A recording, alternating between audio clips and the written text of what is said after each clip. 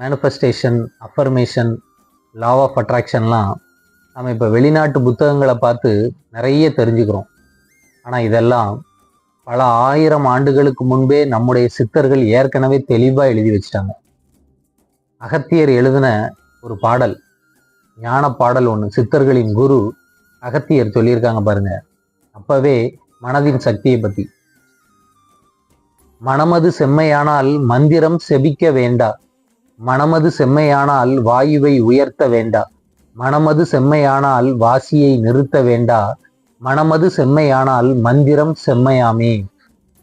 இந்த பாடல் என்ன குறிப்பிடுதுன்னா, மனம் செம்மையாக இருந்தால் மந்திரம் செபிக்க வேண்டான்னு சொல்லுது.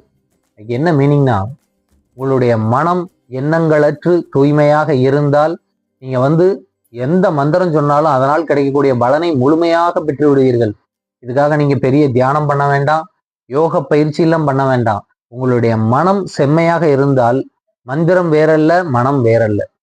நீங்க நினைக்கிற எண்ணத்தை அப்படியே பெற்று விடலாம்னு இதுல குறிப்பிட்டிருக்கு.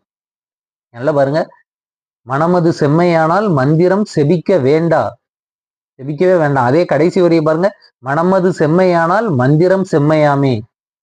நம்முடைய மனம் தூய்மையாக இருந்தால் நம்ம கிட்ட பயம் இருக்காது, சந்தேகம் இருக்காது, நேர்மறை அதிர்வு இருக்கும். அது நாம நினைத்த விஷயத்தை நம்மிடம் கொண்டு வந்து விடும். இதெல்லாம் பல ஆயிரம் ஆண்டுகளுக்கு முன்பே நம்முடைய சித்தர்கள் சொல்லி வச்சிட்டாங்க. இப்ப நம்ம சில புத்தகங்களை இப்ப படிச்சுட்டு மேனிஃபெஸ்டேஷன் பத்தி பாக்குறோம். ஆனா இதெல்லாம் அக்கு வேற ஆணி வேற பிரிச்சு வச்சிருக்காங்க நம்ம சித்தர்கள். அற்புதம் இல்ல?